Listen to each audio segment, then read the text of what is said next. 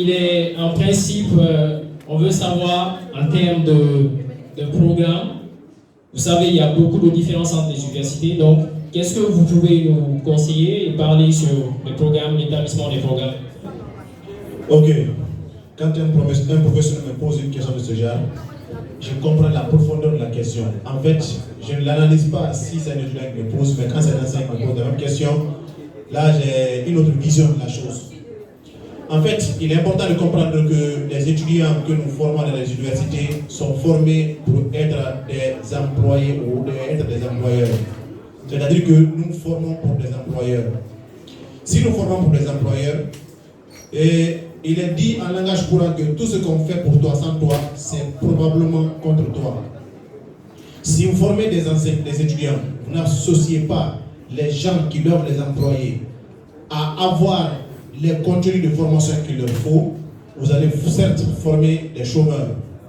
Et pour éviter que cela n'arrive, il est important que tous les acteurs à tous les niveaux s'impliquent dans le cadre de la conception de programmes de formation concordants répondant aux besoins du marché de l'emploi.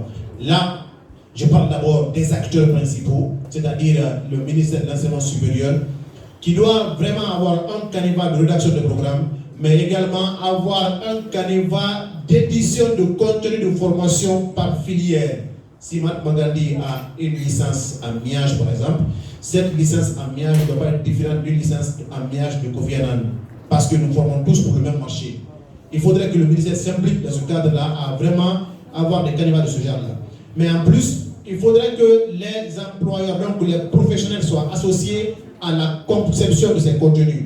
Si les professionnels ne sont pas associés, qu'ils nous disent qu'est-ce qu'ils ont vraiment besoin comme compétences sur le marché, nous, dans le milieu universitaire, nous ne pouvons pas savoir leurs besoins. Et c'est la raison pour laquelle, quand vous prenez Gandhi, nous avons un comité qu'on appelle CMRMP, Comité de maintien des relations avec le monde professionnel, qui permet à ce que le cadre, c'est-à-dire l'encadrement universitaire se regroupe au moins 2 fois par an avec des professionnels pour discuter de ce que nous pouvons mettre comme contenu de formation pour nos étudiants. Et c'est pourquoi chez nous, à Gandhi, les programmes ne sont pas figés. Ça veut dire que vous pouvez trouver cette année un contenu qui a été enseigné, mais que l'année prochaine, elle ne sera jamais enseignée. Elle ne sera plus enseignée. C'est comme ça que nous allons, et M. Silla, vous-même, vous le savez, il y a par exemple des étudiants que vous avez encadrés en réseau l'année passée et les années passées, qui ont fait les cours de Java et qui ont fait les cours de PHP.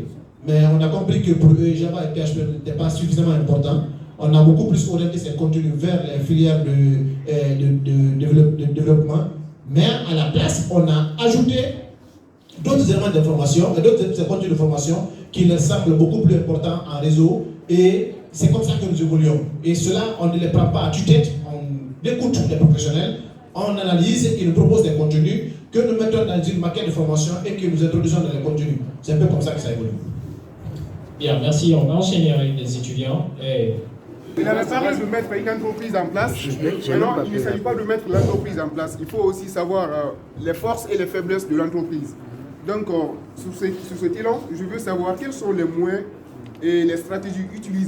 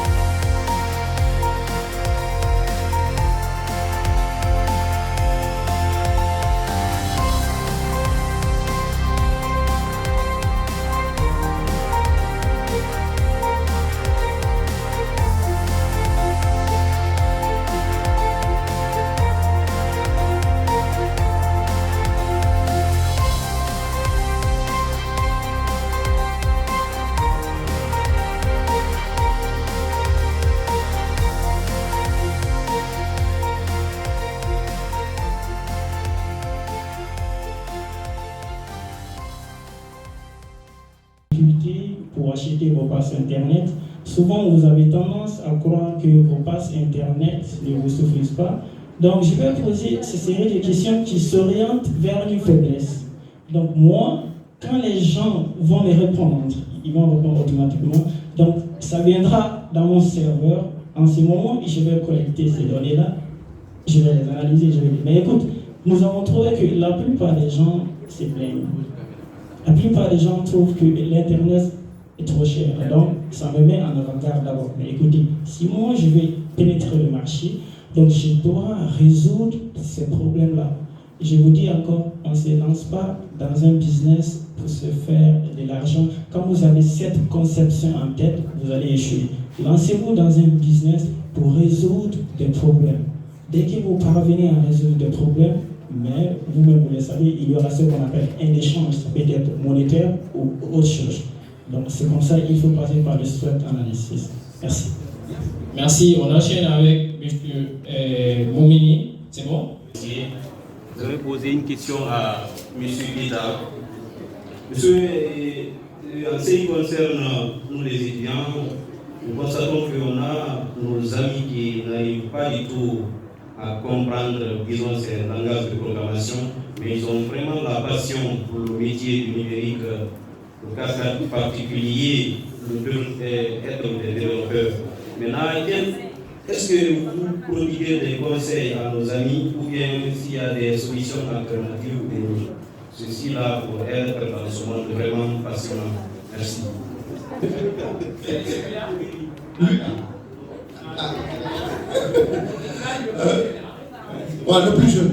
Le plus jeune qui est là, ça c'est un peu mieux. Alors en fait, mon ami, je viens de raconter une histoire. Mais c'est en 2 minutes. Bangoura, vous avez suivi son intervention. Il dit qu'il a vu ses amis qui étaient en train d'apprendre dans les anciens cahiers des aînés pour apprendre un peu l'algorithme. Mais qu'est-ce qui s'est passé après? Il a fallu que lui, il n'adopte pas ce chemin, qu'il s'applique, qu'il pratique et qu'il puisse vraiment comprendre que c'est comme ça qu'il peut s'en sortir. Alors en réalité, ce n'est pas seulement l'informatique. Pour tout apprentissage, il faut pratiquer. Il faut pratiquer, il faut s'appliquer. L'enseignant qui vient vous enseigner en classe, je vous assure, il ne peut pas vous donner 5% de ce que vous devez savoir. Il n'est qu'un guide. Il vous oriente. Il peut peut-être vous faire savoir ce que vous devez apprendre. Mais